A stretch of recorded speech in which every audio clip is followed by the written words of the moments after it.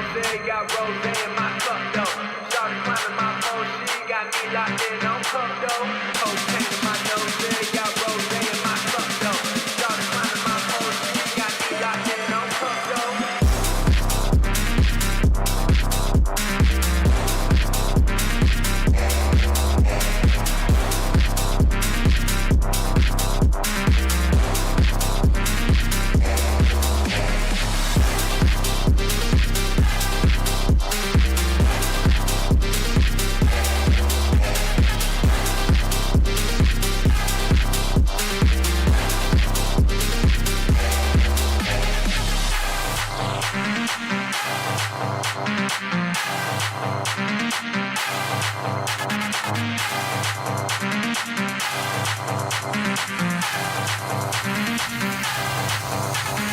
Cocaine in my nose, got rose in my cup though. Shawty climbing my pole, she got me locked in on cup though. Cocaine in my nose, got rose in my cup though. Shawty climbing my pole, she got me locked in on cup though. Cocaine in my nose, got rose in my cup though. Shawty climbing my pole, she got me locked in on cup though. Cocaine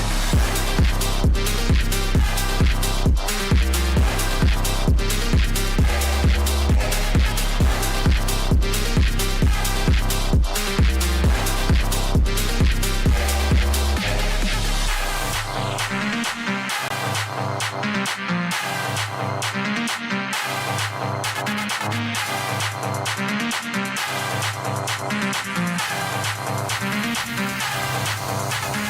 Cocaine in my nose, got rose in my cup though. Shawty climbing my pole, she got me locked in on cup though.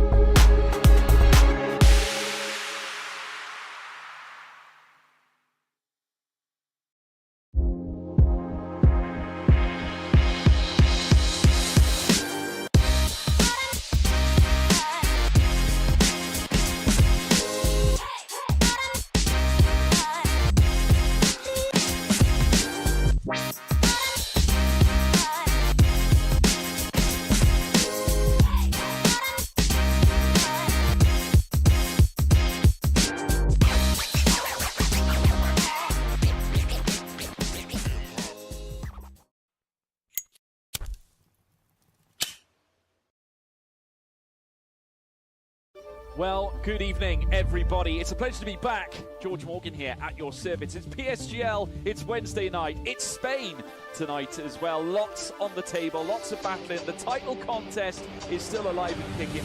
And Jack, it's only taken us 10 rounds. We're on the 11th. It's all to play for.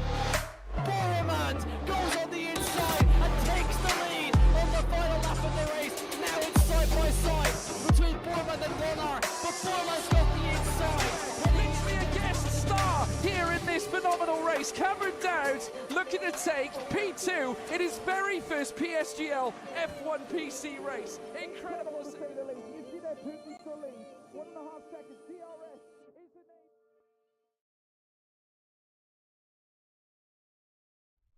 A big good evening to you, ladies and gentlemen, and welcome back to PSGL. We are here for round number 3 of the F2 Championship. What an opening 2 rounds we had in Melbourne and in Spa-Francorchamps. It is a still PNG of myself alongside Byron Hale for this evening. Byron, how are you keeping?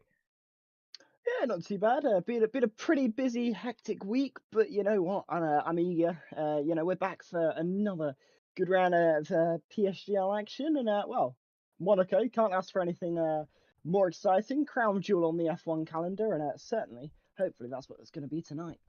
Yes, it is a very good, a very historic race, I should say.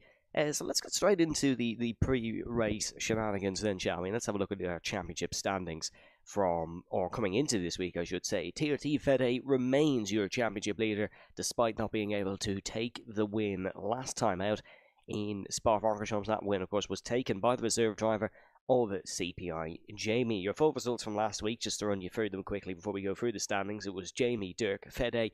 Then it was Shizu, Dara, Danielle, Facilio, Devon, Johan, Phil, and Rara. That was your top 10. But the championship, and it's been a long time since anyone in a Formula 1 context has said this, Byron, but it's a Ferrari 1-2.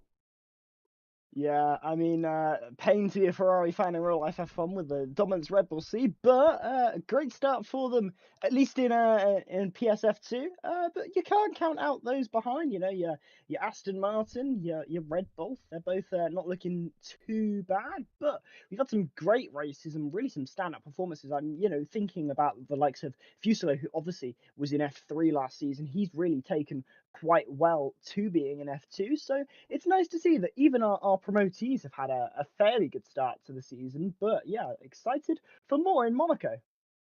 Yeah, well, let's take a look at the Monaco track map then for this evening. If you're a motorsport fan, you probably have heard of it, you probably know of it. It is the Monaco Grand Prix, of course, laid out in the city streets of Monte Carlo, and the, excuse my pronunciation of this, the La Condamine area of the harbour, the Principality of Monaco. It is a 3.337 kilometre circuit, 2.074 miles, and it has historic corners from start to finish. But one thing that it doesn't have, Byron, that we speak a lot about, is overtaking opportunities. Qualifying, very important here.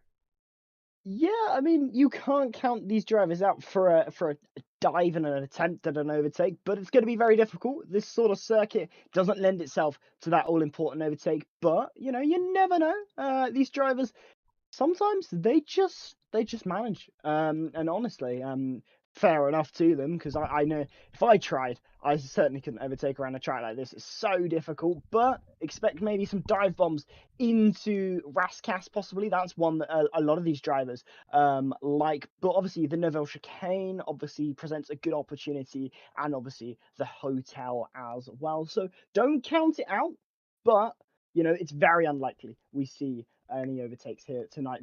Qualifying, very important. It is, and the weather, it can be wet weather from time and time again, so that'll be something interesting to see if that rears its ugly head here this evening, ladies and gentlemen. But I think, without any further ado, we can head Principality side and get ready for qualifying for the Monaco Grand Prix. One lovely thing I like PSGL are doing this season, it's a night race. I love a good night race, especially around Monaco. Yeah, I mean, I remember back on F1 2019. That's how far I go back in terms of my fun on this game. And well, funnily enough, this was one of the tracks that I drove first, and it was also one of the very few tracks that I made into a night race. In fact, I pretty much tried to see how many circuits on the game you could make into a night race, and this was one of those that was like, okay, this is really something. This is quite cool. So it's fun to see this crop up, see these drivers have to take to that sort of challenge, because it does make it all the more difficult. But I think for us, it makes it all the more exciting to be here under the floodlights. Yes, it is looking very swell and beautiful, I suppose we can say, the Principality. And some drivers, of course, have raced here in the past at the Monaco Grand Prix. Devon and Facilio took points in PSGL F2 the last time we came to Monte Carlo. It was 7th for Devon and 10th for Facilio. The last F2 race here was won by Stefano. I remember it well. Myself and James Head had a good old waffle on for about an hour and a half. It was probably one of the most boring races in PSGL history, but it was a race, and it was won by Stefano. And again, I have casted my eyes back into the PSGL archives. It was Backers F1 who won here for Sauber in the first recorded race in Season 6. I wonder when that Big C fella comes in to the picture, because this Backers F1 guy is dominating the championship for now. But 16 minutes ago here in qualifying, we have Hazara, I believe, the first man to start a lap. I'm going to throw Byron into the deep end here. Why don't you take us through a lap on board with Hazara?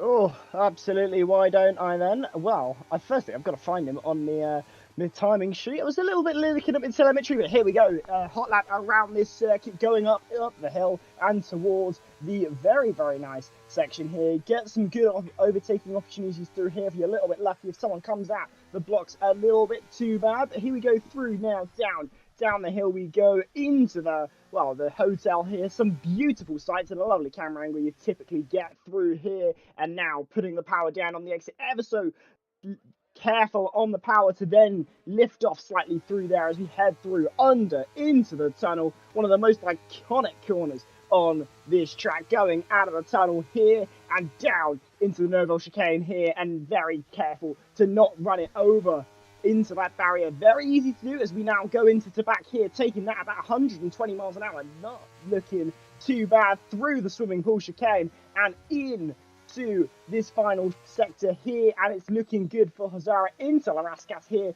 up to turn 17, now into turn 19 here, and DRS wide open, that only DRS opportunity here around this track, and it's straight into turn number 1 once again. A 109.257, not a bad lap time from Hazara to get things started here in qualifying, but there we go. The lap time's coming in thick and fast. Will Murdoch taking us to the top of the timesheets with a 108.732. Not a bad lap time from him, but beaten by Fuselo. Yeah, the lap time is severely decreasing already. Here comes Max von der Geest to put his best attempt on the board. That'll be 5th place for him. Dirk just heading through the La Rascasse corner in towards Anthony Nose. Anthony Nose, of course, named after Anthony No himself, the man who found the Monaco Grand Prix, as he was a tobacco manufacturer, but more famous for his motorsport achievements. That is going to be Dirk up onto pole position. Said in an interview last week with us, it's just going to be treated like any other race. He sees no specialities in Monaco. He's going to treat it like one of the many rounds we have this season. Here comes IRT Phil up to 7th place, and across the line goes the German Diogo Silva heading through La Rascasse now. He will dive into the pit lane. You've got to be very careful with your pit entry here, as I'm pretty sure I just saw Mercedes drive straight through the garage wall. But you've got to be very careful with your pit entry here, because you've got to make sure you commit yourself to the right-hand side out of La Rascasse. Oh, very hot on the brakes for Marcus Costa heading in towards the chicane. The McLaren man locking up, or I suppose not really locking up, but drivers do tend to use the brake lock-up system on this game to get themselves around some of the corners. You may see the cars slide in a very unnatural manner heading through Lowe's Hairpin, or the Grand Hotel Hairpin, I think it's called now, but it was formerly Lowe's Hairpin. We might see that a lot here this evening. Some drivers like it, some drivers don't. I personally don't like it because it's not realistic in the slightest, but it makes things easier, and Monaco's hard enough, so you'll take any advantage you can get. Yeah, I mean, these drivers, it's very difficult. It's not an easy track. It's not for the faint-hearted at all, but, I mean, these drivers, they know what they're doing at the end of the day, and, hopefully, for their sake, they'll have a good time, and, they should be all sorted, and, get their way through this session. You know, they're here for a reason. They're not exactly here to dilly-dally and, not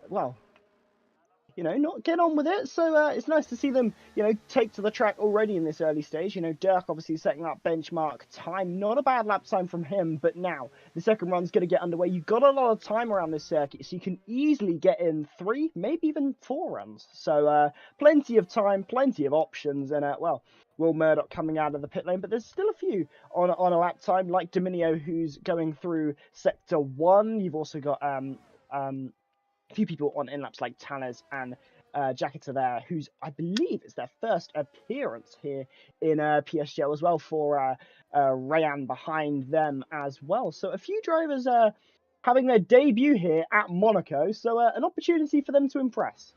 I believe Rayan could be Rara's new PSN. I don't know. I think. I know I said last week it was their debut as well, but I think it could be a new PSN. Someone can definitely correct me if I'm wrong on that. But it's certainly Yukita's first race this season in the AlphaTauri. That is certainly a debut here in the F2 Championship. What a track to make your debut at. You're not giving yourself an easy start to proceedings. Here comes Damiano in towards the second part of La Piscine, or more commonly known as the swimming pool. La Piscine just being the French word for swimming pool, if you're wondering what that means. Then in towards Anthony Nose now. Damiano running through the final couple of corners and across the start-finish line. The Mercedes jumps up to 6, not too shabby, but Dirk still the pace setter with a 1:08.3. He said he's treating it like it's any other race, but he's certainly enjoying this circuit for now, it seems. Quite quick with a very good banker time. Yeah, that's what those drivers have got to do. They just got to settle into a rhythm, get a good lap time on the board, especially in these early stages. The quicker you can get a representative time on the board, the absolute better, because it means now you can go a little bit faster, attack it just a little bit more. That's exactly what these drivers want to be able to do. They need that sort of luxury. You know, it's such a difficult track to nail lap after lap. So now these drivers, they're gonna have to get a wriggle on and try and extract as much pace out as they possibly can, but not looking too bad for really anyone. All very close so far. Yeah, it's all quite close. On the Western Front, it is quite close here at the Principality of Monaco. If you're just joining us, you've not missed much. You're joining at the perfect time. Qualifying is getting well heated up here around Monte Carlo. And it is Will Murdoch who slaps off that right-hand wall, heading in towards the swimming pool chicane. And Will, he's one of these drivers, you don't really know how he's going to be on the evening. His pace could be absolutely fantastic, or it could be awful, but it seems like he's good around this Monte Carlo circuit, as wasn't an improvement on that lap, but we did see him make a bit of a mistake heading in towards the swimming pool chicane. We're still waiting on 2 times. That's from Marcus Costa and Francesco Lago. Francesco, of course, crashed out of 2nd place last week in the Belgian Grand Prix. He'll jump up to 4th, however, for Red Bull Racing now. Here comes Marcus Costa, purple in the middle sector, it says, but whether you can trust the game on that, that's another story. But it was a 50.8, which is quite competitive.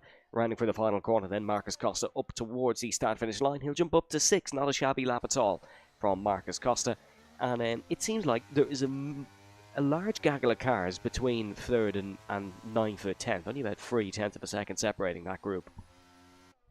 Yeah, it's not looking too bad at this stage in qualifying. I think that gaggle of cars, as you're referring to, you know, they're all very close together. And you know, Dirk, he might be out in front. He might have that benchmark of time, but that does not mean anything at this stage in qualifying, because it really is anyone's game as to who's gonna, you know, get the best out of this one.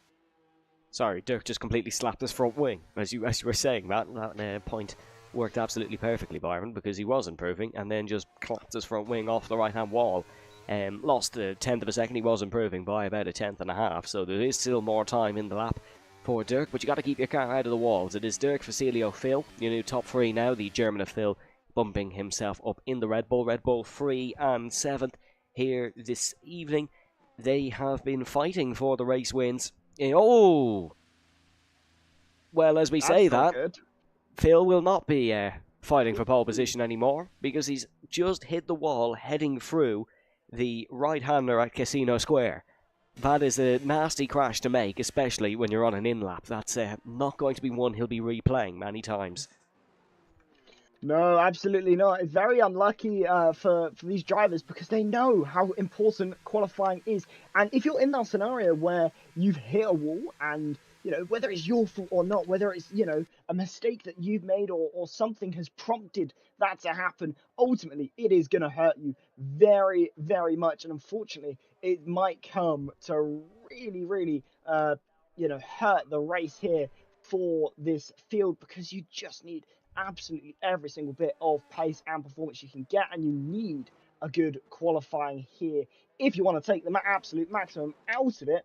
But, well, Phil already down to fourth because a better lap time there from Daniel gets them up to third. And not a shabby lap time for the Ferrari here. You know, the scarlet red looking immaculate under these lights of Monaco. And, well, no surprise, the red, it fits the country, it fits the location. It is absolutely stunning here in the, well, at midnight. Yeah, agreed, 100%. Absolutely stunning looking car under the Monaco lights. Of course, Ferrari proudly presenting a Monegasque driver in the former Charles Leclerc. He's never won a race around Monaco. There's only been 3 winners around races in Monaco. That is, of course, Louis Chiron, Stefano Coletti, and Stefano Beldelmi. The bottom 2, of course, being in GP2 sprint races in 2013 and 14, respectively. Louis Chiron won the 1933 Monaco Grand Prix, so before Formula 1 was even a thing. Here comes Damiano across the start-finish line. Be no improvement there. That seems to be a common theme, that the track not really ramping up. The drivers have to find all the time in their laps themselves, find it manually, as we look at Facilio looking to carry on his charge. He enters the tunnel. Whoa, that's a big slide for Facilio. You don't really want too many of them, because step over the mark a little bit, you end up in the wall, and as we say that, one driver does end up in the wall. That's Yakita, who crashes heading through the swimming pool section. As speaking of beautiful Ferraris, Ferrari will love that colour. It's purple. 108.2 for Fede. He goes quickest.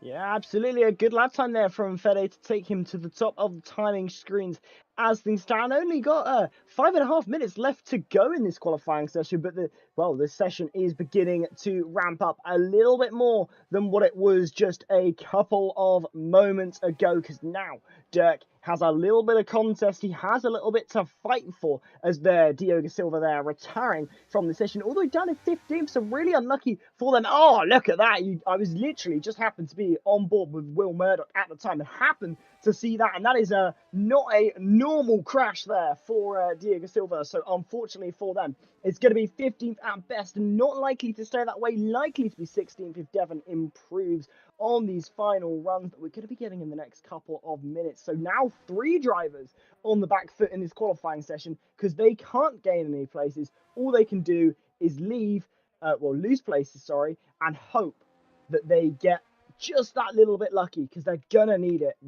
quite a lot to get anything good out of this qualifying session. Francesco Lago improves to 4th for Red Bull then, so he jumps Phil as well. That bumps Phil down another position. Marcus Costa just pulls into the pit lane. Hazara is still on the lap, as Devon is actually retired from the session as well, so Diogo Silva will somehow survive in 15th position and not be beaten. But a lot of 4 crashes in qualifying makes you wonder what we're going to get over this race. It is a difficult race for drivers. It's a race of attrition. About 50,000 gear changes. About 5,000 gear changes, I should say, per race in Formula 1. So if you want a half that, about 2,500 here in PSGL F2, because of course we run half race distance technically as well. The Monaco Grand Prix is too short, because you're supposed to have more than the 79 allocated laps in a Grand Prix for the race distance, but because it takes so long, we have to have 79. I think we have 39 here this evening, and that could certainly last a while, depending on how many safety cars we get. But here comes Dirk.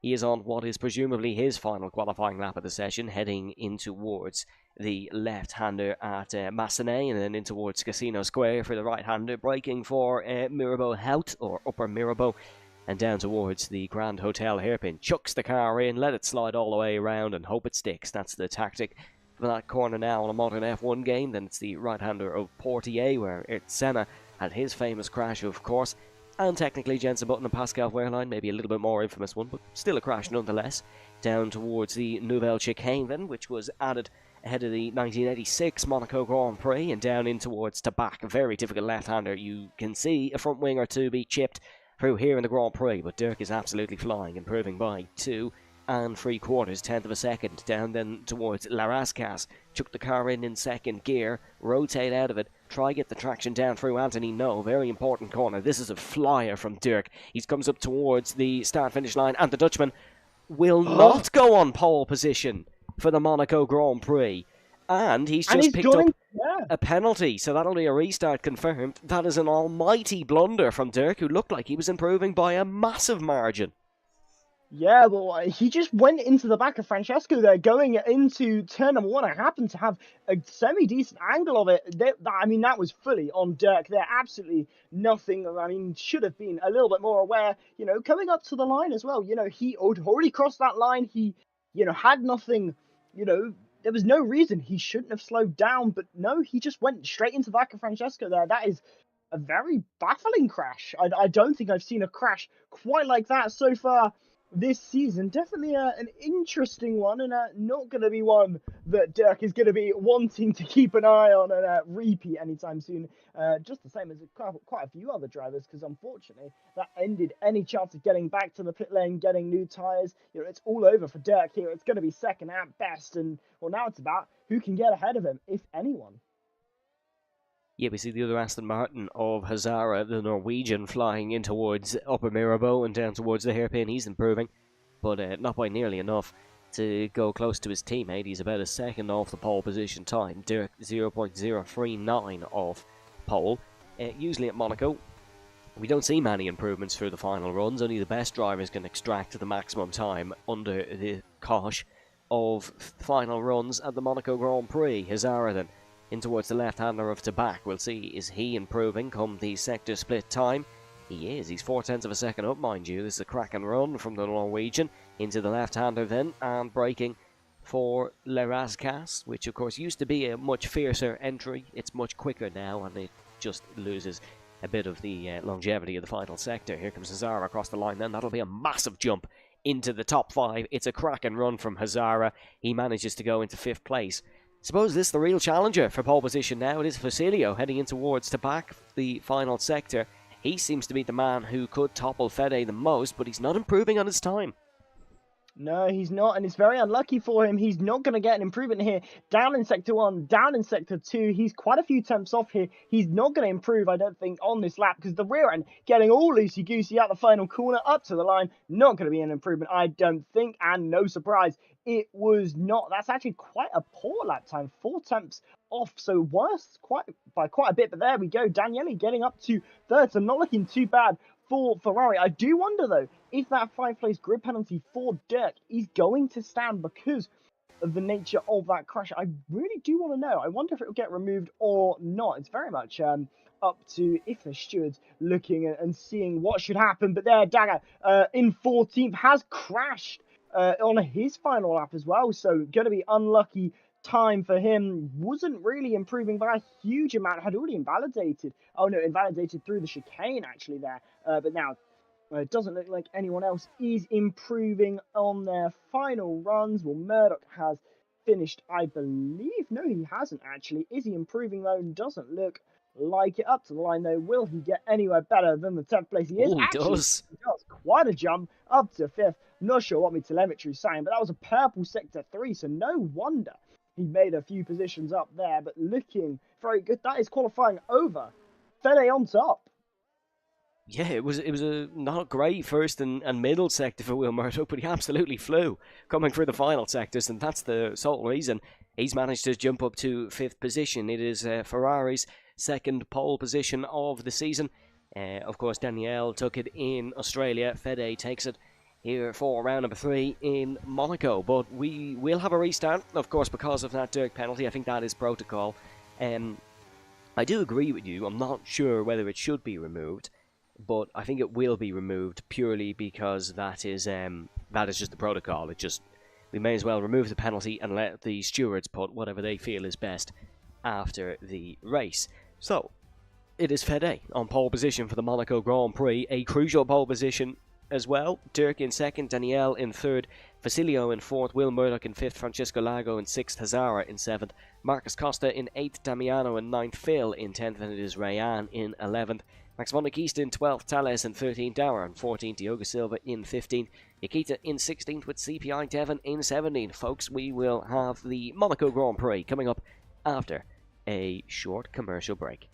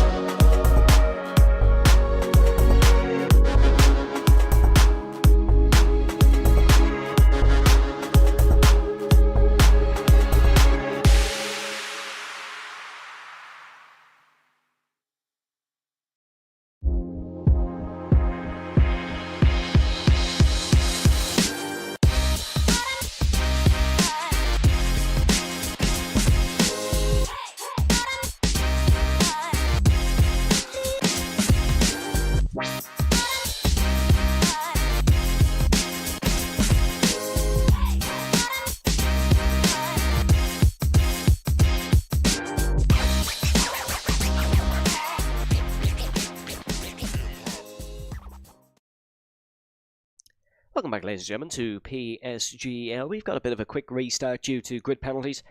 It's the usual in league racing at the moment, but Byron, I think that was a very intriguing qualifying nonetheless.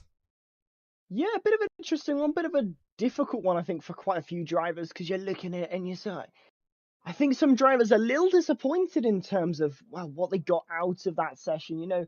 Certainly some drivers, who had a crash in that session, you look at it and it's difficult for them because you're trying to extract the absolute maximum, try and get the best pace you possibly can, and they're just not quite been able to. And unfortunately, for them, it's not quite paid off here so far in this qualifying session. But I'm just having a look back. And funnily enough, I'm looking back at the incident between Dirk and Francesco, and it's so clear that was just a really difficult incident to judge. But that grid penalty, it will be removed for this second race, but for this restart, sorry, but there's certainly going to be a investigation into that after this race. But a well-deserved pole for the Ferrari man of Fede, Dirk.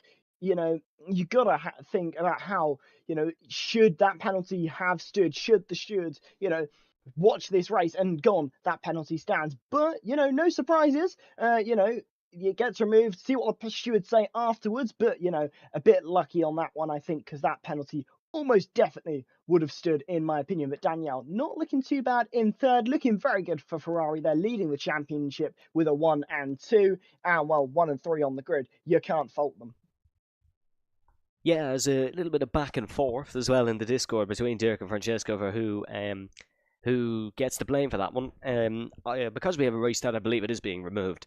So Dirk will still start on the front row, because honestly, a 5th-place grid penalty kind of kills your hopes and dreams. At Monaco, you don't really want to pick one of those up, but we will be hopefully going for the restart soon. Let's just bring up your championship standings on the screen before this, and Fede, championship leader, takes pole position. It's not bad work at all in my eyes. No, absolutely not. I mean, it's a good result, good start for this race. Qualifying so crucial at Monaco. Some drivers, I think, are leaving this qualifying session in a really good place. I'm looking at the kind of grid we're looking at going into this one, and Hazara and Fusaro, obviously both in F3 last season. You have 4th for Fusaro. What a lap time! You cannot fault that man in the Williams. He took the step up, and he has just soared. He has taken the opportunity with both hands and shown, I can do it. I'm going to try, and I am going to prove everyone why I am here, why I've been promoted. And the same for Zara, 7th, a good, solid result. It's looking good as we go into this race, because there's just... Where do you want to look for the action? Because there's going to be a lot of action in terms of people applying pressure to one another. Will there be many overtakes? It's unlikely, but we can always hope and dream.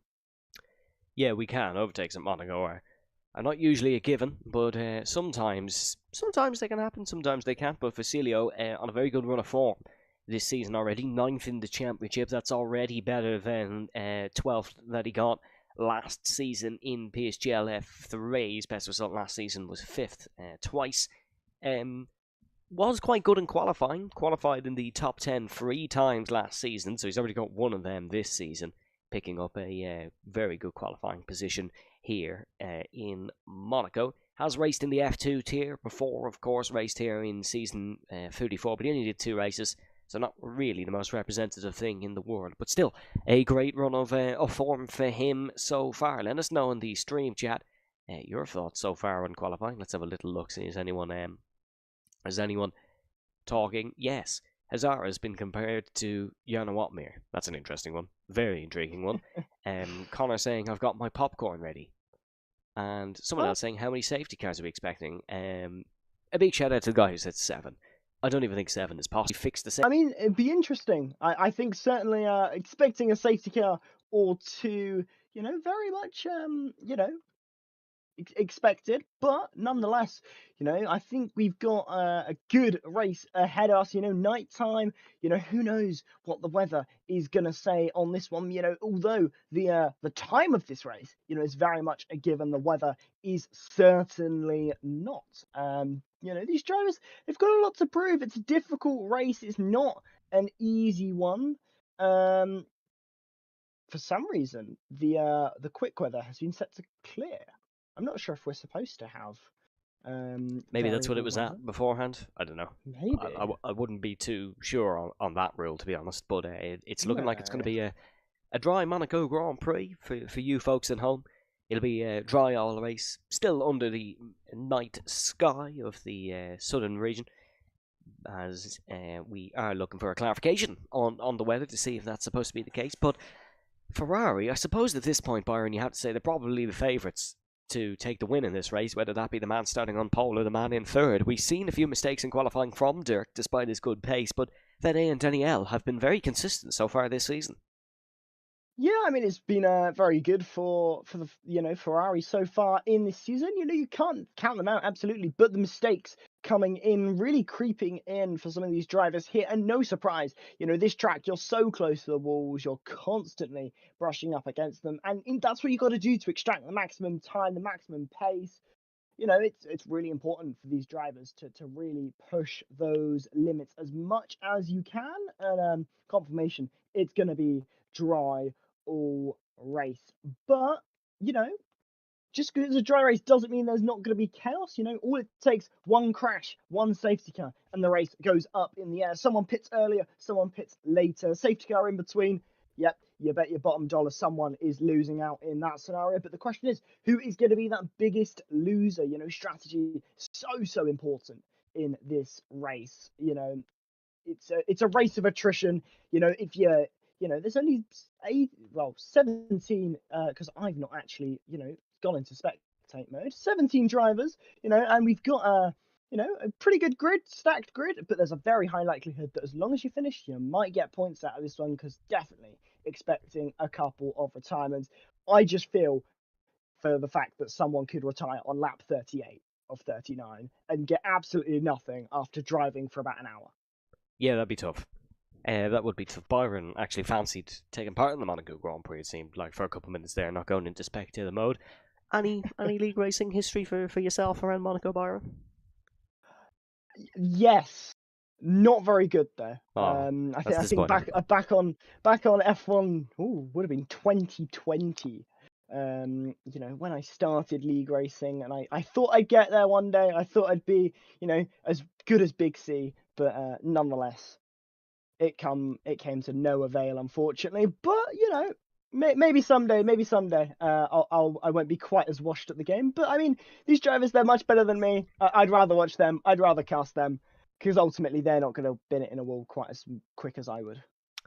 I actually got third in the PSGL Monaco race once, but it could have been more. I was brake checked, or at least that's what I believed, which of course resulted in an argument with Krypton, head of the stewards. But I'm definitely not the first adolescent who had an argument with Krypton about something that the driver was probably wrong about. But Monaco, it can go wrong so quickly. You could be leading by about 30 seconds, then all of a sudden your car's planted in a wall. It can go wrong so quickly. But just taking another look at the track map, a bit of Monaco circuit history, I think, to kill some time. The idea for the Grand Prix around the streets of Monaco came from Anthony Knowles, as I said, of course, the president of the Monaco Motor Club. He was also a tobacco company producer. The building of the circuit here takes about 6 weeks. That's each year, and then, of course, taking it down takes about 3 weeks, 2-3 weeks, depending how busy they are. Here's a few numbers for you. 250 construction workers assembled the circuit. That includes 33 kilometres of safety barriers, 20,000 metres squared of wire fencing, 36,000 tyres for tyre barriers, and 1,100 tonnes of seats. That's, of course, grandstand seating, which you can see all across the circuit. The revision of the pit lane in 2004 makes Monaco the only pit lane where the garages do not face the track. And I thought that was a silly fact until I thought about it. It's absolutely most certainly true. Every other Grand Prix circuit has the garages facing the main straight, where Monaco doesn't. They're kind of kept away to their own little pavilion. Yeah, it's definitely a bit of an interesting one. We're quite used to that, being able to look out the garage and there's the track. But, Monaco's is a little bit different. You look out your garage and there's the harbour. If you want to go for a swim, that's exactly where I'd want to do it. In fact, I've recently been looking at a holiday, and I have been considering Monaco. And then I looked at how expensive it was. I was going to say, is Connor paying you that much? No, well, good question. But You heard him, Connor. He wants a business expenses trip to Monaco. Get on the case. No, I mean, no business expense going to be indulged on here, unfortunately. But there's a lot of things that I kind of was thinking about going into this one. It's such a a fun track to kind of think about. It's so difficult, but it's one of those that you nail a lap around here, and it is so satisfying. Have we gained a driver? Yeah, we have. I think last week's winner is actually going to join us, Jamie. He's going to join us for this one. Don't know why he'd voluntarily start from 18th for the Monaco Grand Prix, but look, whatever floats your boat. Another fun fact, and this one might be wrong, but I think I remember reading it last night. Monaco, the Grand Prix circuit, is technically the most visited F1 circuit each year. However, that is because technically every single tourist who visits Monaco visits the Grand Prix circuit, where obviously every single tourist who visits Belgium doesn't visit Spa. So a bit of a technicality there, but we'll still give it to Monaco. Yeah, I mean, absolutely. Why not? The Monaco, it's one of those iconic races. It's one of those tracks that's held so many races over the years. It's hosted some really iconic races. Modern times as well. I remember the fight between Daniel Ricciardo and Max Verstappen. Max obviously thought he deserved that race win, against Daniel Ricciardo, but nonetheless, I'm sure we're going to have as much. I think it was 2018, I believe. Can't quite remember now. I could be wrong. I feel bad, but Verstappen actually planted his car in the barriers in typical 2018 Verstappen fashion in 2018 and had to start from the back. There we go. Well, yeah, typical Max fashion, but Red Bull seem to have a tendency. I'm a Max fan, by the way, so I can't say that. Yeah, before anyone tells me mean things in the stream chat, I can't say that. But yeah, folks, I mean, Red Bull have a tendency of putting in the barrier, so I'll keep quiet on that one. Especially if your name is RT Phil. But folks, we will have the Monaco Grand Prix coming up for you in a couple of moments.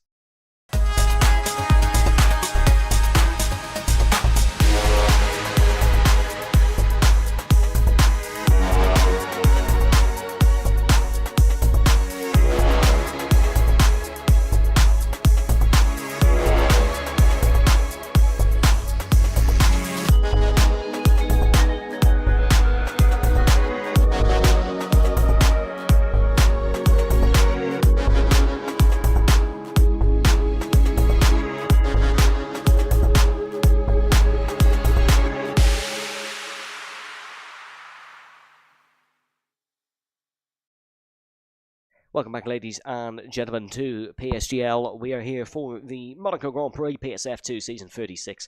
What a race we have on our hands. But Byron, might be easier than some other tracks to predict, but who wins this one? You know what? Just because I feel like being different, and, it's so easy at a track like this just to go for the pole sitter, I'm choosing not to. I just... Oh, no. I'm feeling different. I'm gonna say Dirk. Okay. It's such a bad choice. It's not risky, because he's second, so he has a chance. But it is risky in terms of if you qualify first, you're very likely to finish first. Here we go, though. Take it away, Evan.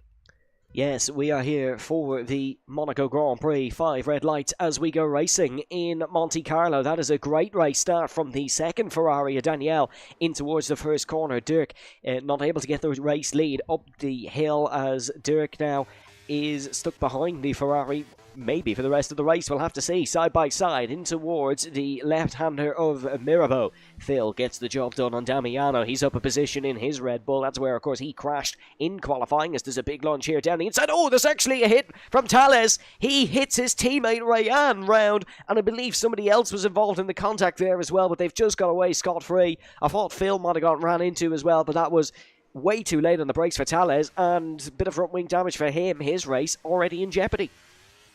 Yeah, quite a few drivers on this opening lap not getting the best scenario, not the dream start for all here, but not looking too bad for the pole sitter Fede here, out in front by 4/10 of a second. Damiano having lost 2 places, but look at Rayan there, down in 17th place now as Jaquita there cuts the chicane there, I believe. Actually got no front wing there, Jaquita there, down in 18th place. So a pretty dismal start there for AlphaTauri in this race. 16th and 18th currently being occupied by them. Jamie actually falling down to 70th as Rayan gets up a place, but losing 5 places on that opening lap. Not a great start for Rayan there, but Tales into the pit lane, as is Jaquita, as we head on to lap number 2, and Fede heads up the hill once more. He'll have to do that 37 more times tonight, and that is going to be very grueling for these drivers, especially with those walls so close.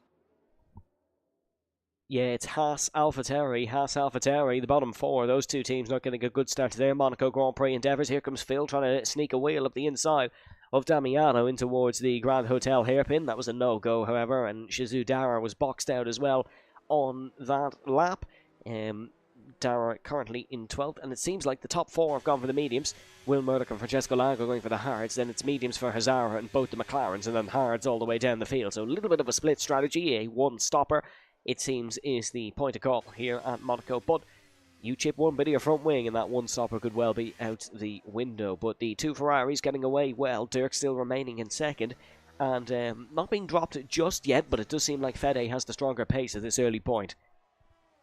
Yeah, absolutely. Not looking too bad. Fede 8 temps out in front, just at the fastest lap on those medium compound of tyres too, and DRS enabled on this lap. You know, we've seen it in Formula 1. Now they've changed that DRS to come in after that first lap, but that obviously doesn't apply to us here, and obviously it gets activated on the 3rd lap of the race, and that just allows, Will Murdoch's out of the race. What has happened to Will Murdoch? no. It's a safety car, the first one of the race, and into the barrier there, and I believe, if I just get my corner names correct, because that would be quite embarrassing, turn 4, going through Casino.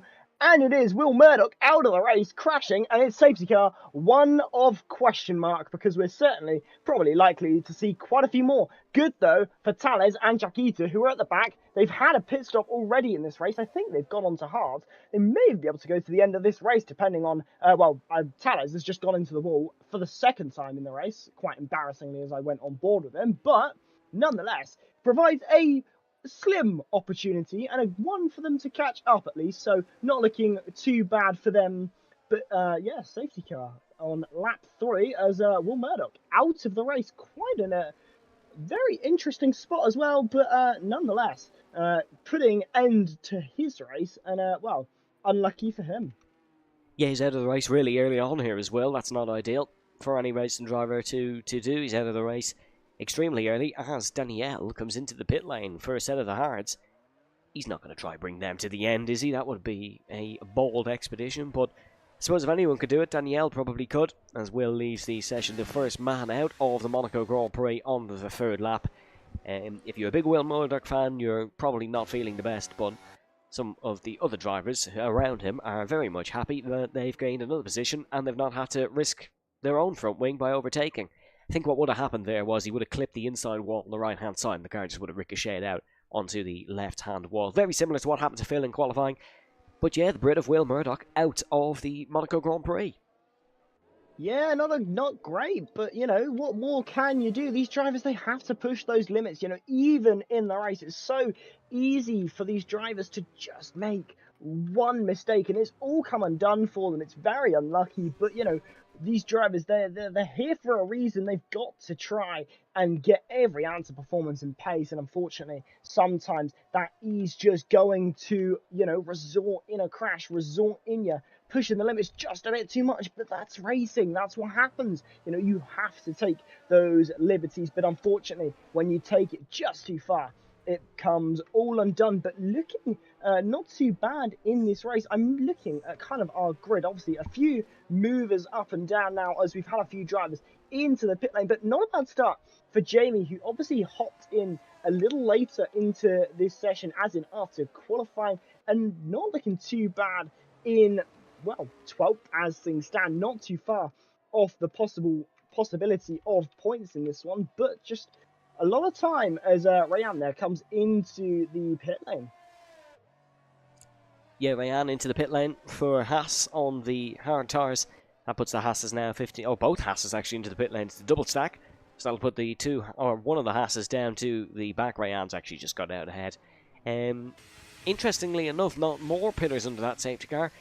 I think these guys are definitely spectacle about the future, and they're definitely expecting a couple more safety cars throughout the duration of this race. Because I think we are, as is the stream chat at this point.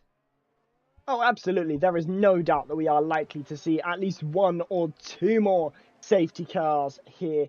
And well, I mean, are we surprised in the slightest? This track. It's so difficult for these drivers. It's so grueling. It takes its toll on you, no doubt, because just to get around a track like this for so many laps in a row, consistently nailing it and getting good performance out, it takes a absolute ton of performance. That's why every race I've done around here in a league race, I've DNF'd, because I can't do what these drivers seem to manage for 39 laps straight. I mean, you pretty much got to pump in straight qualifying laps around a circuit like this because, if you want a slim chance at an undercut or an overcut, you've got to really push it every single lap, every single opportunity. But yeah, not looking too bad. We're just waiting for obviously Tales to get up to the back of the safety car, but we should be back underway as we go on to lap number 6 with Fede out in front. But Dirk close in behind. He was my bet for the win. He didn't get off the start as well as Fede, but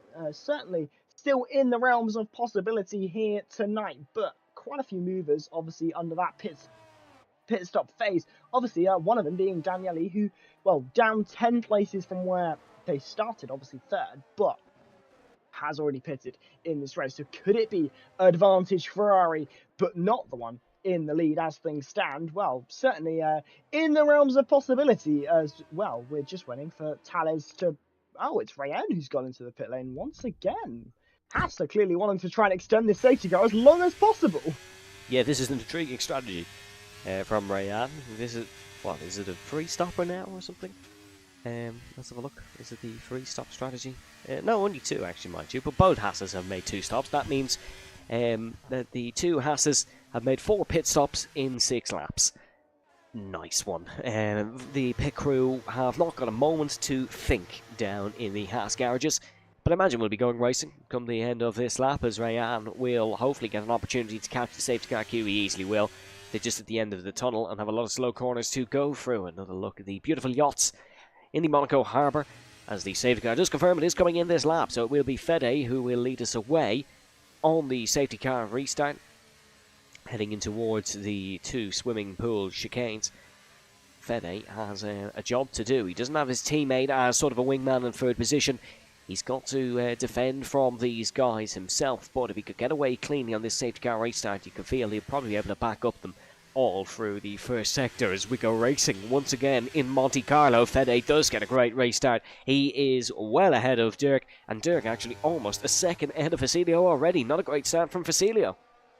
No, absolutely not. Already 1.2 seconds behind here as the restart gets underway, but not looking too bad in this one. Are there going to be any movers on this opening lap of racing? That's what we obviously want to try and see. Can these drivers manage to try and get ahead of another car? It's so difficult around a circuit like this, but nonetheless, they're still going to be trying. Marcus Costa setting a purple sector 1 there. So not looking too bad for the McLaren driver in 6th place as things stand. Your team, that kind of are looking the strongest so far. You've got to say Ferrari are definitely up there, but, in terms of their average position right now, it is definitely McLaren 6th and 7th, not looking too bad in this one, and with plenty of action yet to come. Fuselo has done a very good job to catch back up, gaining about 4 attempts here, so not looking like a bad opening lap for him. The restart might not have been optimal for him, but he certainly has caught up to the back of these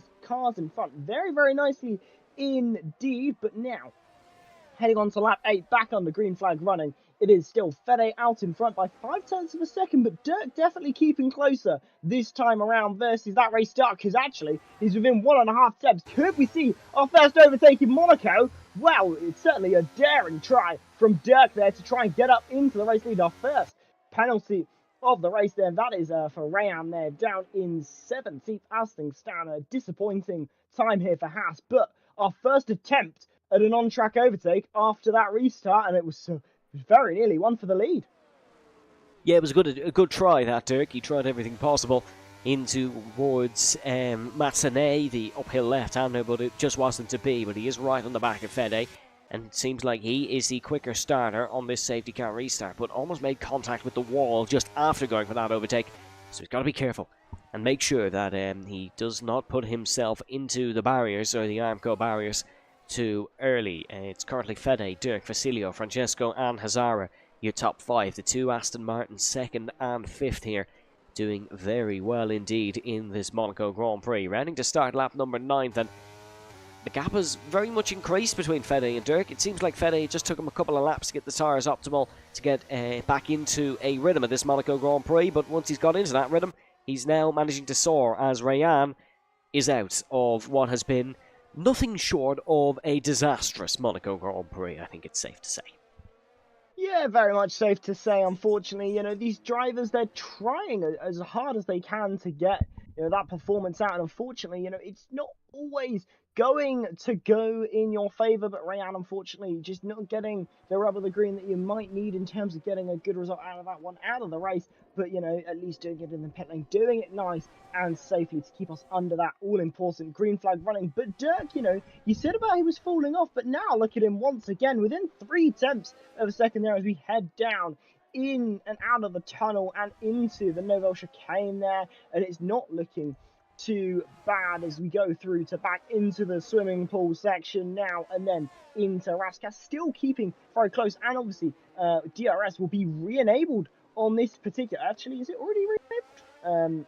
It's already re-enabled, so now it's certainly going to be advantage Dirk in terms of that DRS being able to help him pull to the back of Fede and possibly helping aid the opportunity for an overtake. But lap 10 of 39, it's still Fede out in front, but this time only 0.2 of a second versus the 0.5 it was just a lap ago. Yes, the 2 McLarens. Oh no, that's 1 McLaren into the wall. That's Marcus Costa without a front wing. He's chipped that, heading through Massonnet, and not too sure how he has done that, but now very much struggling with the car with the lack of downforce. He has a broken front wing, and you can see Damiano getting all out of shape, trying to go across the curb to get that position ASAP. Doesn't want to lose a huge amount of time being stuck behind Marcus Costa, because this is allowing Marcus Costa's teammate, ironically, to get up the road. He's acting as sort of a blocker here for the rest of the pack. Want to just get that back to the pit lane, yet locks up, has to go across the chicane, and he's going to let a whole gaggle of cars go through here. Great sportsmanship that from Marcus Costa, because he knows he's going to be much, much slower coming into these couple of corners. It's now going to be the AlphaTauri of Yakita who's going to be looking to get past ASAP. Is Marcus Costa. Yeah, he's almost back in the pit lane now. It's massive slides here for Marcus, and he's actually been tagged. He's been tagged by the AlphaTauri, and he's just going to sit and let everyone through. And it will be a drive onto the pit lane with his tail between his legs, because that is a good opportunity in this race, potentially gone for Marcus. Yeah, absolutely not what he would have wanted at all in this one, unfortunately. But that is what happens in league racing. Sometimes, just push it a bit too much, hit the wall, it's all come undone. Unfortunately, Marcus Costa, it's a difficult one. But, in his situation, change that front wing, change those tyres. They're fresher tyres than the rest of the field. If you manage to extract the pace out of them, you could well end up in a good scenario where you actually undercut the field and you gain an advantage, could gain position, so it could all work out for Marcus Costa. But the amount of time lost there on that lap time, easily, lost about 10 seconds, maybe even more, like 15 seconds around that lap. So unfortunately, it's not looking great for Marcus Costa in this one. And it's certainly going to be a bit of a difficult one, but it's so far in this race, we're looking very, very good. And Dirk still keeping within that all-important 1 second window to Fede ahead. As much as it's difficult to overtake at Monaco, it is definitely still on and in question for Dirk to take the race lead here. Yeah, he's keeping with Fede pretty well here. The DRS, of course, is helping that, but there's only one DRS zone, and that's on the main straight, which is not the longest straight in the world. He's got to keep with him for the rest of the lap, and one mistake from Fede, like we saw from Will Murdoch, like we saw from Marcus Costa, and Dirk is ahead. So Fede under a lot of pressure here so far in this Grand Prix. And we know well that race leaders at Monaco can make mistakes. It's happened in the past. will it happen again? Well, that's only a matter of time. Lap 12:39, if you're just joining us, welcome to PSGL F2. There's more PSGL action, of course, throughout the duration of the week, and even after we finish our action here this evening, you can check out PSGL F1 with Jessica Ball and James Head, as some people are asking for a full onboard lap with Damiano of Monaco. Damiano, the Damiano train is kind of existing at the moment, because he is 4.5 seconds off Max van der Geest, but he's a whole gaggle of cars, including Shizu Dara right behind him. Yeah, absolutely not looking, well, not in the optimal sort of place you would want. I'm looking at Dirk. He's very nearly fallen outside of 1 second of Fede ahead. This is definitely Fede trying to get a bit of a wriggle on this one, trying to get out of that 1 second window, because that is going to really be a point at which Dirk's race may begin to unravel itself, unfold, in terms of really taking away the opportunities for an overtake. But, you know, not looking too bad in this one. Francesco really having fallen off this top three. Shout out to Fusolo there in third, doing a great job for Williams here. You know, it's a very difficult job, as we said in round number one, all the way back in Australia. I remember that first race, you know, where, you know, I was saying about these drivers like Hazara, like Fusolo, who've taken the step up to F3, and how difficult it is, and it takes a few races to adjust, because these drivers, you know, it is a pace step. It's difficult. You expect to be further down the order, but Fusolo taking to the challenge very well, and still, you know, keeping very close to the back of Dirk and Fede in the hunt potentially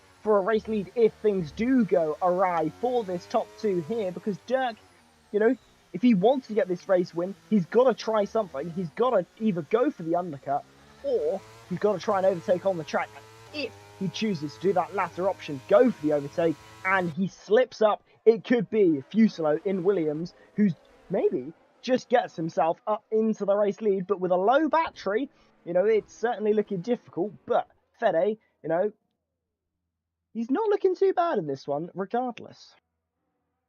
Hope you all enjoyed your full onboard lap with Damiano there. Don't really know why it was requested, but sure, look, you've got it now, and thankfully we didn't miss any action while on board with Damiano, but he's doing a good job there in 7th position. Marcus Costa, fastest lap of the Grand Prix, 1:11.798. Actually quicker than the race lap record here, which is set by Lewis Hamilton around the Monaco Grand Prix circuit. That is in the 1:12s. But it is Ferrari, Aston Martin and Williams up the top. Fede, Dirk and Fusilo, who are still running very close, mind you, but it is beginning to be a three-horse race here for the Monaco Grand Prix victory. Francesco, unfortunately, not able to keep up with these guys, but he is on the hard tyres, so he'll be on the fresh mediums come the end of the race. But track position is more crucial, I think, than fresher tyres around this Monaco Grand Prix circuit. Yeah, track position, it's so important, but, you know, if you're able to really maximise that fresh compound tyre, you can. You know, it's never out of the question for, you know, an overtake if you've got those fresher tyres, because, you know, the advantage and the pace differential, especially when a driver's just come out of the pit lane, because you think those tyres, they are stone cold, so you've got to be careful when you come out the pit lane, and that's going to be where you might be able to gain a few positions as well, whilst drivers trundle around on tyres that aren't quite up to temperature. But, you know, Dirk, he's not trying to hang around in this race. He has just got out of that 1 second range from Fusilo behind, so looking a bit more difficult for the Williams, because he's running around trying to catch up to these guys, trying to keep close, and he's on 5% battery, so it's very difficult for the Williams driver to consistently keep with these guys, because, you know, if something doesn't quite go right on one lap and he loses a few temps, you know, he's already burnt all his battery. He's got limited resources to then try and re-catch up to these guys ahead. But as things stand, he's still managing to keep within DRS, not looking too bad, but not exactly setting the timing sheet alight. But the last lap he set within 2 temps of that of Fede, and actually slightly faster than Dirk ahead. So not looking too bad for Fusilo, but that battery is of major concern, especially at a track like this, because although there's a lot of braking zones, you still don't regain much battery around here, and it's definitely one of those tracks it's very difficult to manage your battery. Yeah, it is difficult to manage your battery because of, I suppose, well, not necessarily the lack of heavy braking zones, but you don't really get up to high enough speeds to regen and stuff like that. And you can see drivers like Dirk not really using a lot of his battery because he wants it for the end of the race. And if Fede does make a mistake or something, he wants to burn it all and get back past. CPI Devon is actually on the back of Diogo Silva now. He's driving a solid race in that Alpine. I say CPI Devon. There's about 5 cars on the back of Diogo Silva now at this point. A little bit of a Diogo Silva train developing in the battle for 9th. Crucial points places this could be come the end of the season, come the end of the championship. Whoa, big slide from CPI Devon as Max van der Geest dives into the pit lane. Yeah, one of our first pitters of the day. Not looking too bad in this race either. I'm keeping an eye, though, on Dirk because, once again, he's within 3 tenths of Fede. He seems to just have one lap where he's really close, and the next lap, he seems to fall away a little bit. But, you know, he's really trying to mount and apply this pressure because all it takes is one mistake from Fede, but he's just got to make sure he's not too close, that he gets caught up in it if Fede does make a mistake. You know, that rear end gets a bit too loose on the exit of a corner, has a spin, has an incident, cuts a corner maybe, you know. There's so many different options as to things that can happen. Max van der Geest has retired. Is that going to be our second safety car? Yes, it is. Here we go. Lap 17. They got about, how many laps of clean racing? 10. And there we go. Second safety car of this one. Surely the medium runners come into the pit lane here because it's the ideal time to go onto a set of fresh tyres. But it is Max van der Geest who only just came into the pit lane a few moments ago, and all of a sudden, well, it's out of the race time, but Fede, Dirk, Fuselo, and, well, most importantly, your hard tyre runner coming into the pit lane here, Francesco, too. Didn't think he was going to. I thought maybe track position he might try and keep, expecting a safety car later on, but everyone seeming to be taking this pit stop opportunity with open arms on this one. And Daniele, who came in earlier on in this race, is, well, not going to take the race lead, but certainly into 4th, not looking very bad in this race because, well, you know, got that earlier pit stop and pretty much back up to where they were in this race. So not looking too bad, but there we go. Fede in and out and still in the lead of this one, but Dirk not too far behind. But I think it's going to be interesting to see the pace of Daniele, obviously in 4th here, but on tyres that they've been on since lap 3 of this race. So they've already been on these tyres 14 laps. They definitely can't go to the end. They're going to need another set of mediums, but it's a case of when do they come in, because it's not going to be long after this safety car restart, I wouldn't have thought. Yeah, exact same point where Will Murdoch crashed is where Max van der Geest crashed out of the Monaco Grand Prix, becomes the 3rd retirement alongside Rayan and, of course, Will Murdoch. McLaren were 6th and 7th in this race for a good point. Now 15th and a DNF for the Enstone's Alpine. Where is McLaren? Oh, the Woking team. Sorry, apologies. My F1 my F1 HQ location knowledge clearly lacking. But it is Ferrari, Aston Martin and Williams still at the top. Then it is Ferrari, Aston Martin, and not Williams. There's only one Williams in. Oh no, there's 2 Williamses in the race. Sorry, Diogo Silva just in 9th. However, not keeping up the trend up the top. Almost at the halfway point in this race. It's been an intriguing one, and certainly, Byron, I don't think it's decided just yet. No, absolutely not. This race, a lot of things up in the air, a lot of things still to think about in this one. You know, there's a lot of things that can happen towards the end of this race. Obviously, you know, the drivers that have been on these hards longer, you know, they're at a disadvantage here now. Know they had to pit earlier on in this race, you know, either due to damage or that early safety car taking that opportunity. But it's not going to work out for all of them, you know, especially Daniele. He's been on those tyres 15 laps. It'll be about, you know, 16, 17 by the time we're back underway under his green flag running. And it just means for him, you know, got to pit again. It's a bit disappointing because when he does come into the pit lane, there's only going to be a couple of drivers sharing that pit lane with him, you know, and all of a sudden, you know, you've gone from 4th place where he is now to the back of the grid. So you're talking about 12th, 13th, 14th, you know, as other drivers will pit around him. But nonetheless, it's going to be a real difficult race for Daniel to get anything out of this one, and unfortunately, it may not be the perfect, perfect race for Ferrari, but there's plenty of things that can happen. Another safety car could come out at the perfect moment, and well, may be able to seize the opportunity with both hands as Max van der Hees leaves the session. No surprise there, disappointing for him in the McLaren, but I said those cold tyres, it's always difficult, when you come out on those stone cold tyres, and well, certainly proving it there for me. Yeah, it was a good prediction, that one, Byron. Fair play. Unfortunately, your race winner prediction's not going as well, but yeah, Max just showing that cold tyres can be difficult when the walls are closest. Nelson Piquet, of course, saying it's like riding a bike around your living room. And yeah, I suppose the bigger a Formula 1 car gets, the Monaco streets are changing size, the more difficult it becomes. But Monaco's always been a difficult challenge, even when we had the slightly smaller cars back in maybe 2015, 2016. It is still a difficult challenge. But Fede is the man leading at the time of lap number 20. It is Dirk in second, then Facilio Daniele, then it is Hazara, Francesco Damiano, Dara, then it is Diogo Silva, Devon, Dales, Phil, Yakita, Jamie and Marcus Costa in 15th position. Funnily enough, the top 5 all on the hards, then there's only 3 more hard runners across the field and everybody else is on the mediums. So definitely a split strategy here this evening. Yeah, no surprise though, these drivers, those who started on the hard tyres, they had to come in at this pit stop. It's an opportunity for them to try and take a slightly cheaper pit stop. They needed to go onto the mediums. They're not going to get to the end of the race on softs. They might try go to the end on mediums, but it is going to be quite the stretch to try and do. But the safety car in this lap, and Fede is going to lead us away for the second time. Will it be a better start for Fuselo? Obviously, remember, the last safety car restart on about lap 7, he really fell away from the train.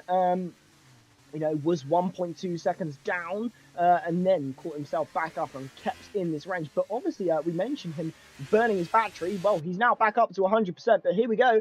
Fede leads us away, and this time, it looks like it's been a slightly poor start for, well, both Dirk and Fuselo there, both of them about 6-7 tenths behind. But as we head up the hill once more in this race, back on the green flag running, it's still Fede who leads. A 3-second penalty there for Jamie, who won last time out, but unfortunately it's looking very out of the question there, down in 14th with a 3-second time penalty.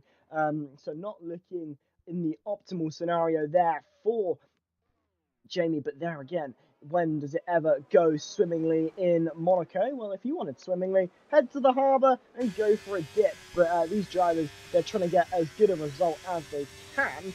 And, well, Dirk trying to mount the pressure once again to the back of the Scarlet Red Ferrari of Fede ahead. Funnily enough, you mentioned taking a dip in the Monaco harbour. 2 drivers actually have, Phil Hawkins and Alberto Ascari. Ascari, of course, winning the World Championship for Ferrari. So I don't think Fede would like to repeat that trend. But brilliant race start from Fede nonetheless. 8 tenths of a second now between himself and Dirk Facilio. Then in third, has dropped out of a second, but we've seen that gap fluctuate between the top 3 many a time, and they've always kind of ended up back close to each other. Marcus Costa, I think, has managed to get past CPI Jamie. Jamie, unfortunately, not showing his stellar pace like he had in Spa-Francorchamps last week, as that is Hazara getting past Danielle in towards the top of the hill. Yes, he's got it done. Wow. Hazara, Nice. one of few overtakes, but certainly that is an excellent one at that. And here we go, it's Francesco looking to get the job done into Mirabeau Hout, maybe in towards the hairpin as well. No joy there for the Red Bull, but it seems like these old tyres from Danielle are certainly a problem. Yellow flag there, I think that could be IRT Devon. Phil. Or no, Devon, apologies, yes. As Marcus Costa dropping back down the order as well. The Red Bull and the Ferrari side by side in towards the Monaco tunnel and down towards the Nouvelle chicane. It's Francesco trying it round the outside. Has he got the job done? Absolutely has. And look at that, squeezing through goes Damiano. Red Bull and Mercedes both get past the Ferrari in sector number 2. That's absolutely cracking racing from the 3 of them, even if Danielle lost the 2 positions. Yeah, absolutely. Not looking great for Danielle. I did say those tyres, they were really going to struggle under these sort of conditions because unfortunately, 18 laps on a set of hard compound tyres, they're just not going to be as good as those fresh mediums, and no surprise being shown exactly there as we get Dagger going up ahead of Danielle, as then Diego Silva is now looking towards the back. Devon retiring there, I believe that is in the pit lane, looking at that. Marcus Costa, Tales and Jakita there also coming in. So the top 10 currently all, very close together, minus Phil, who's obviously 6 seconds behind, got caught up in that kind of incident that happened. There we go. Jamie also retiring in the pit lane alongside Devon, so not looking great in this one. Last race's race winner, unfortunately, out here.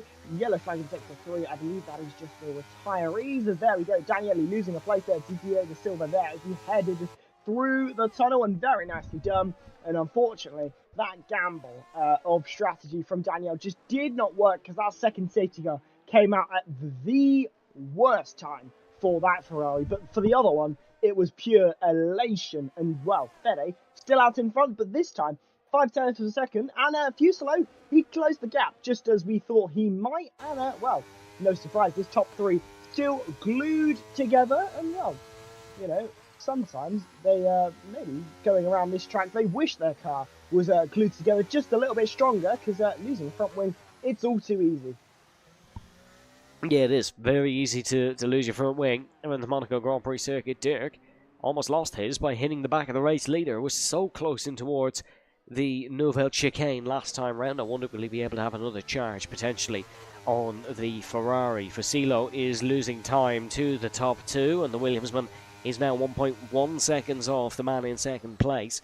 So a lot of work there to do for Fasilo if he wants to try and win the Monaco Grand Prix. Lap 24 of 39, we're almost at a conclusion of this fabulous, famous race, and it is still very much undecided. But it seems like the hard tire runners at the front still just have too much of a pace advantage for those on the mediums, and Hazara acting as a little bit of a cork in the bottle here, it seems, for Francesco Lago and Damiano. Yeah, I mean, they've got to try and get ahead of Hazara if they want a chance to try and chase after the top three. But Fuselo has very nearly dropped out of that top three battle, because he has 0% battery. Yikes. If you're newer to the F1 game, unfortunately, if you're less than about 15% battery, you actually lose engine performance, because unfortunately, it slows your engine down a little bit, deploys less battery to help you try and maintain and build it up. And unfortunately, I think that's what we're saying for Fuselo, is in one sector he's gone from 1.1 behind to 1.6, so losing 5/10 there. Not looking too great for Fuselo here. Marcus Costa, fastest lap of his race, but way down the order, so unfortunately not likely to take points in this one. But, Fuselo, he's really fallen like a stone, because that battery just got too low for him. And those out, in front, Fede and Dirk, they've got so much battery to burn, they do not care what Fuselo does behind. He can burn as much battery as he wants, because they can just respond if he's able to. But Fuselo now 2 seconds behind. Very unlucky for the Williams, but that's what happens when you burn your battery a bit too much, which is exactly how Hazara is being able to keep ahead of Francesco, because he's holding his battery and using it at those key moments where he needs to. Yeah, and Fede doing a good job of frustrating Dirk in the correct corners and the correct sectors, and making sure Dirk is not able to get past. Just look at the front wing of Dirk as well. How scraped and bumped and banged it is. I've never seen that before on this game. That's a lovely little feature for all the tyre debris. I know you usually see it after one of the other crown jewel races, the Indy 500. You see the cars with rubber marks all over them, but good to see the F1 game replicating that.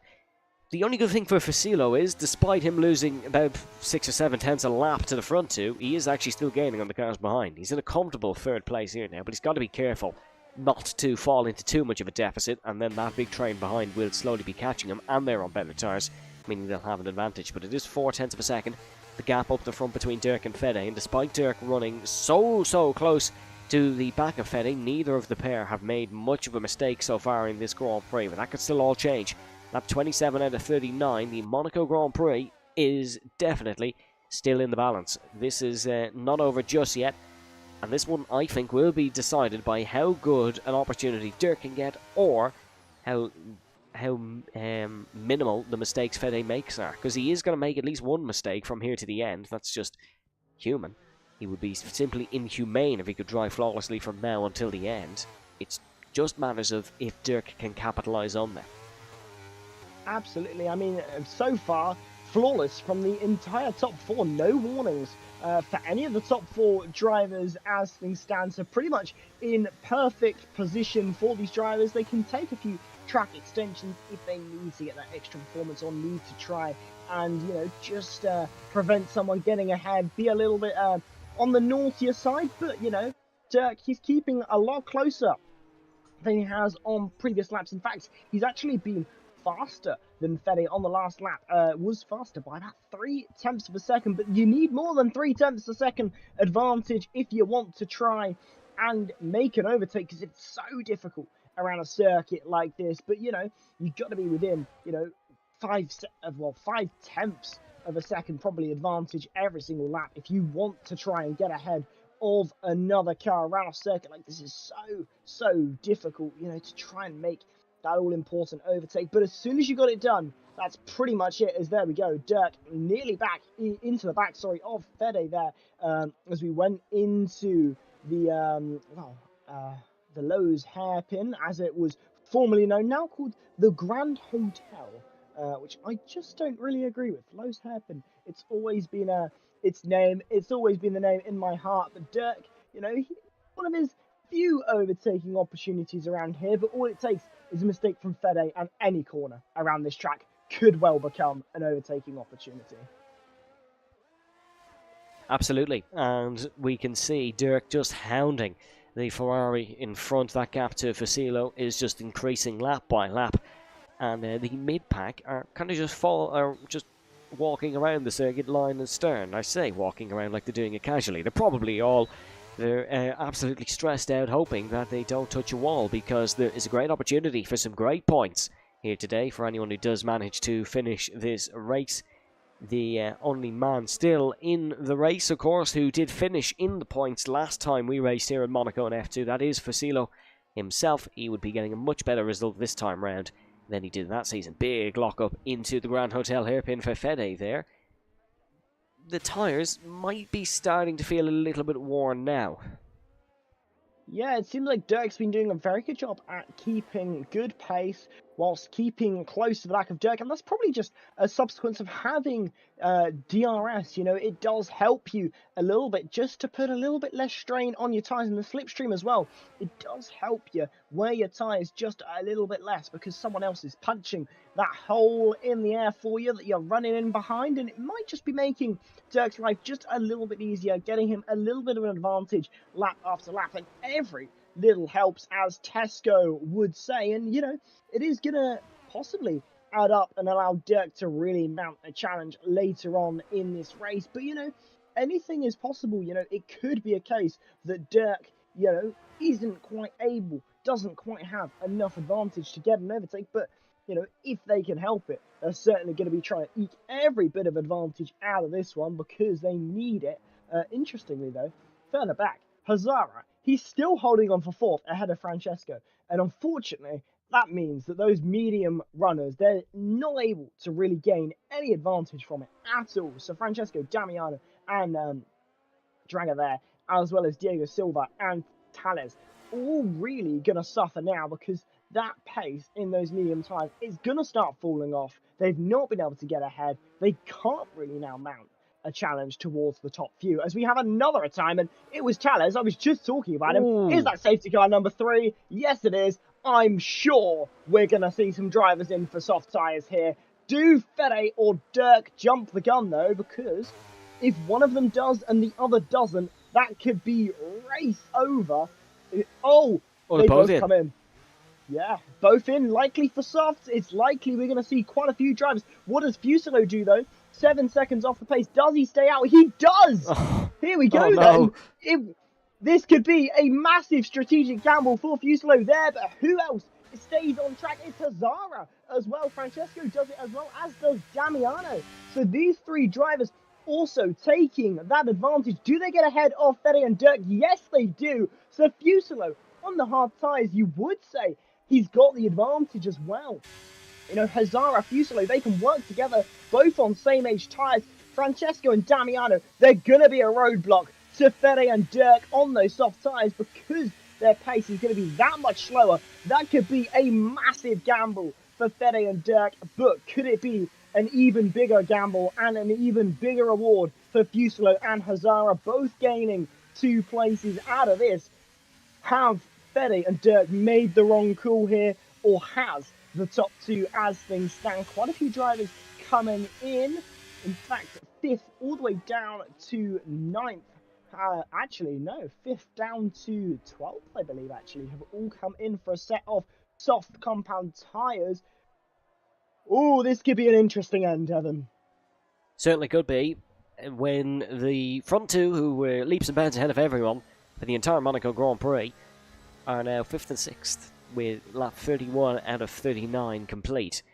Fuselo has to do the ultimate backup job now here for the rest of the race, but he was quicker than Hazara, he was just slower than Fede and Dirk. So if Fede and Dirk get stuck behind the rest of the field here, this could still be wide open. This is a very dramatic ending to what has been a fairly interesting Monaco Grand Prix, and honestly, anything could still happen. Though people who are predicting Damiano to win could still happen, and Fede and Dirk have got to get their elbows out now. They're not going to be let through by anybody. Yeah, absolutely. But all it takes, you know, now this is an even riskier scenario for Fede and Dirk. You know, we were saying about how, you know, all it takes is one mistake from Fede and Dirk's through. But now there's a lot more on the line because you've got to be careful as well. You don't want to try and make an overtake if you're Fede on Damiano, but then accidentally end up letting, you know, Dirk through on yourself. So you've got to be very strategic, very careful in this scenario. Unfortunately, it is, you know, really difficult if you are Fede or Dirk, because you're already going to be thinking, have I made the wrong call here? I've got 4 cars to try and get past in the span of 6 laps. Are they going to be able to do it? I'm not all too sure they're going to be able to, but, you know, who knows? There's a lot of things on the table, a lot of things in question here, but with 6 laps to go in this one, does the safety car come in this lap? I'm not too sure. Actually, we might be going around for yet another lap here, which actually would only help Fuselo, Hazara, Francesco and Damiano, because it means there's less time for those soft runners to try and get past. Yes, it is. There's a lot at stake here for some of these drivers. There is a lot at stake for some of these teams. Let us know down below who you think is going to win this Monaco Grand Prix. Dare I say this could be the last safety car. So Fuselo is going to have a good few laps here to try and defend as we head up the Monte Carlo neighbourhood. Yukita coming into the pit lane.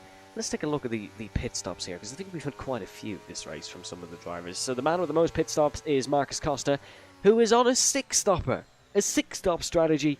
I don't think we've seen a point scorer with a 6-stop strategy in PSGL for quite some time. Yeah, I mean, it could happen, though.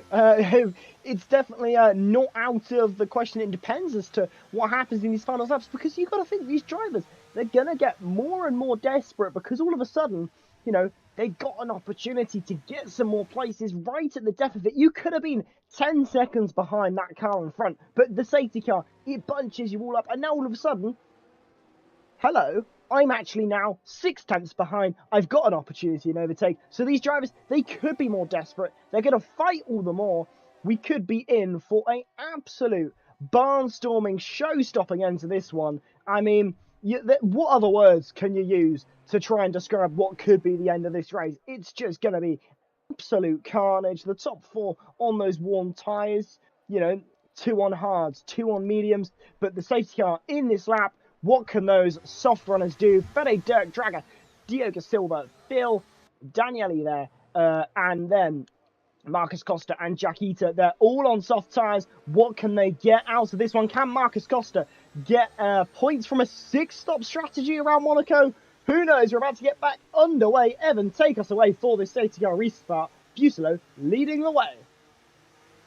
Here he comes through the final corner, wants to hold this as long as possible to minimise overtaking opportunities for the Norwegian behind us now. We go racing once again here at the Monaco Grand Prix. It's a great restart from Fasilo in towards turn number 1. Dirk already and Fede side by side. Dirk has already got past Fede as there's a lot of bumping and banging. Up Beau Rivage and in towards Massenet for the 34th time. They're almost free wide here. Francesco Lago trying the long way around the outside on the Mercedes, now on the inside, heading through Casino Square. Incredible driver skill to keep it side by side through there from the Red Bull and the Mercedes respectively. Now it is Damiano on the inside for the Grand Hotel hairpin. Francesco Lago stuck on the outside. How are they still too wide? How are they still too wide? Fede gets the job done on Damiano. He snuck through like Harry Houdini almost in the inside. That's incredible how he's managed to get that position, but it is Fasilo who is off and running. 1.1 second lead here at the Monaco Grand Prix as Dirk dives it down the inside of his championship challenger. Fede gets a half spin. That's going to allow Dara on the outside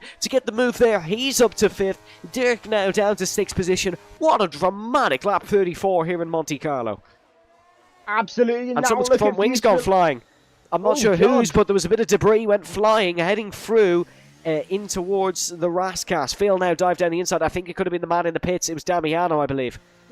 Yeah, it was, unfortunately for Damiano. Actually, no. Damiano's just coming in off the set of mediums onto the set of soft. What an interesting thing happening there. But back into the action, Hazara gained quite nicely. Was about 1.5 seconds back, but now nearly within a second is back there behind Fede, trying to go down the inside. And oh, Francesco nearly going round here. This is barnstorming here down the inside, around the outside. Tries Fede now as we go out of the hotel, as we go out of the hairpin now down into towards the tunnel, and it is Fede ahead there of Francesco as Dirk also does the same. These softs, they're working brilliantly, but have they got enough time to get ahead of those hard compound runners ahead? There we go, Draga there getting ahead of Francesco too, so losing places there for the Red Bull team. Unfortunately already down to 6th place here on lap 35 of 39, but Fede and Dirk let free and now chasing after Hazara for 2nd in this race. What does Hazara do in this situation?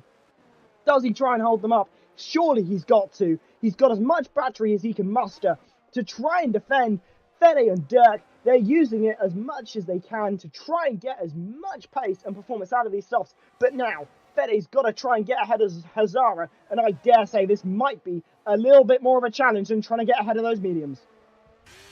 Yeah, Hazara's got to channel his inner out and centre here and try keep the much quicker driver behind us. Look at this, he's helping his teammate out. Dirk has gone for the move here, and down the inside goes Fede. That's a, very much push to pass. That one's not going to work in a month of Sundays, as Dirk is now on the inside of the Scuderia Ferrari, and surely you'd feel if Dirk got past Fede, he would just be let through by Hazara. They're bumping and banging their way around the streets of Monte Carlo here. These two championship protagonists are giving it all to try and get the most amount of points here at the Monaco Grand Prix. Dirk has to go across the chicane. That position will have to be handed back, surely is. No, it isn't. 3-second time penalties across the board. That was for Francesco Lago and for Marcus Costa. Dirk is now ahead of Fede, controversially potentially, because he had to go across the chicane, but we'll wait and see what the post-race stewards think of that one if it is reported via TNT Fede. What does Hazara do here? Does he let his teammate through? Surely you'd like to think he will, and he'll act as sort of the blocker for Fede. No, he's not letting him through. He's defending him. He's defending him in towards turn 1. The two Aston Martins are side by side in towards Saint-Devoux. There was literally heroics from Dirk on that occasion. He's now up the inside in towards Massenet. Got the better run of Beau Rivage. That would have been a heart-in-the-mouth moment for Dirk, but he is ahead of his teammate Hazara for the time being. Fede now stuck on the outside of Hazara in towards there. There's a little bit of argy-bargy, and Fede has got past much quicker. Now the chase is on. It is Dirk and Fede. They're going to have about 2.5 laps to catch the very much struggling Williams. Yeah, absolutely, but this could still be all on for Fusilo here. It's going to be difficult to get the overtake here in the late stages of this race, though, but DRS having been re-enabled, it does open the opportunity for Dirk and Fede. I'm feeling a little bit more confident in my race win prediction now. I've not got one right so far this season, but could this be the first of hopefully many on round number 3? But there we go. Dirk within 0.4 of a second. Could we see a Raskas dive bomb in this race? I've been waiting for one for so long in this race. I've wanted one.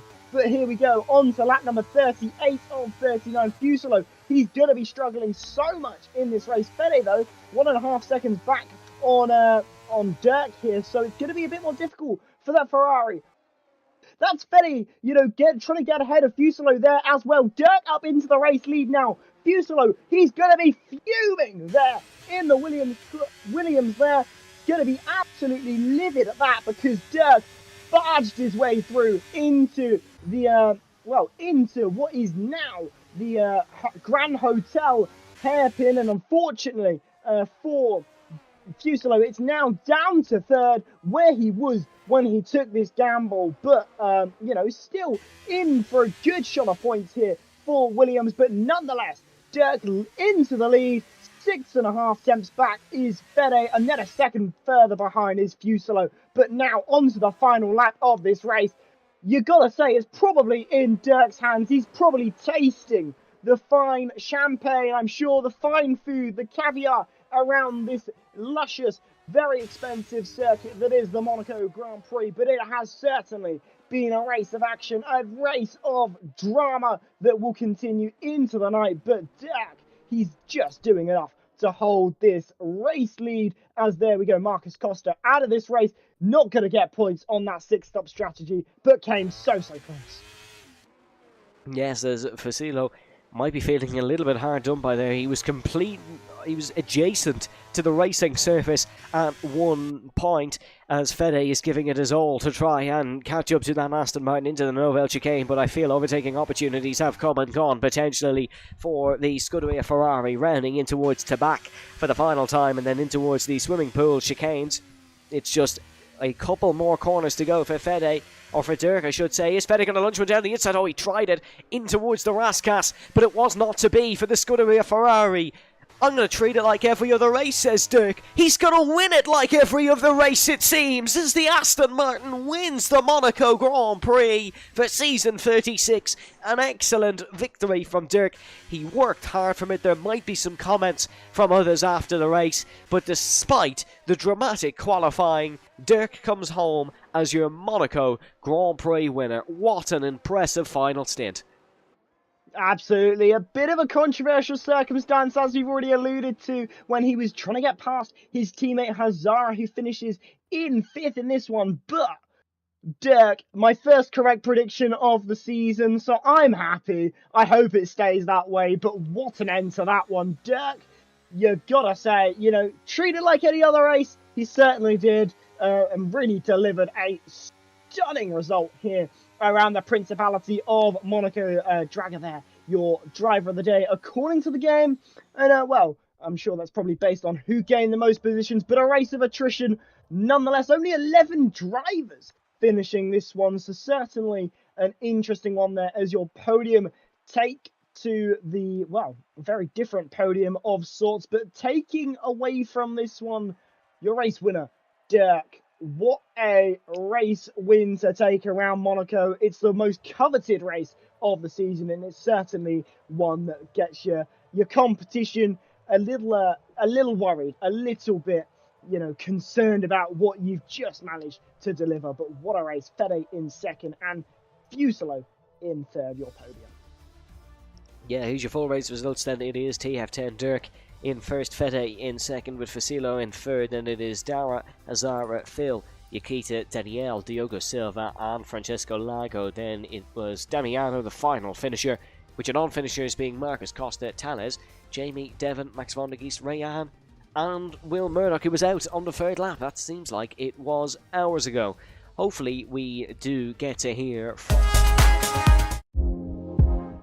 Apologies, folks, I accidentally pressed the ad instead of a calendar, so you get a brief look at the GT Mega ad. Hopefully we get to hear from your race winner in a couple moments' time.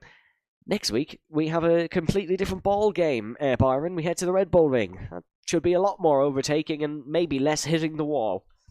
Well, I mean, anything's possible at any track, really. I mean, you can definitely find a wall at even, the tracks like France. I've certainly seen drivers find the wall at there before. So, anything's possible. But, unfortunately not going to get Dirk for that interview. That would have been nice. It would be so good to have heard from him, especially kind of taking us through those final few laps. So difficult as a driver, especially a track like this, because it's so difficult to get an overtake at Monaco. It's so difficult to get a good result at a track like Monaco. But Dirk did it. He made it look easy. But nonetheless, the Red Bull Ring next time out, such a different circuit, a lot easier to overtake, as you said, but still just as much of a challenge as Monaco was. Just maybe a few less retirements and maybe a few less front wings lost in the process. Very, very well summed up, I think, there, Byron. I think that reflects the race perfectly. And I think, folks, we're going to let you go and check out some PSGL F1 action, because we've been going for a little bit of an extended bit of time just with the restarts and stuff, etc. But yes, what an intriguing Monaco Grand Prix. Hopefully we can hear from Dirk after the next race. I think most of our podium placers may be running off to watch some football, if I'm being brutally honest. But we hopefully will hear from them after the Austrian Grand Prix. But from myself and Byron, thank you very much for joining us for this evening's Monaco Grand Prix. We will catch you next week, and we'll leave you off to go check out PSGL F1 now. Stay safe, stay well, and we shall see you next time. Bye-bye. Bye-bye.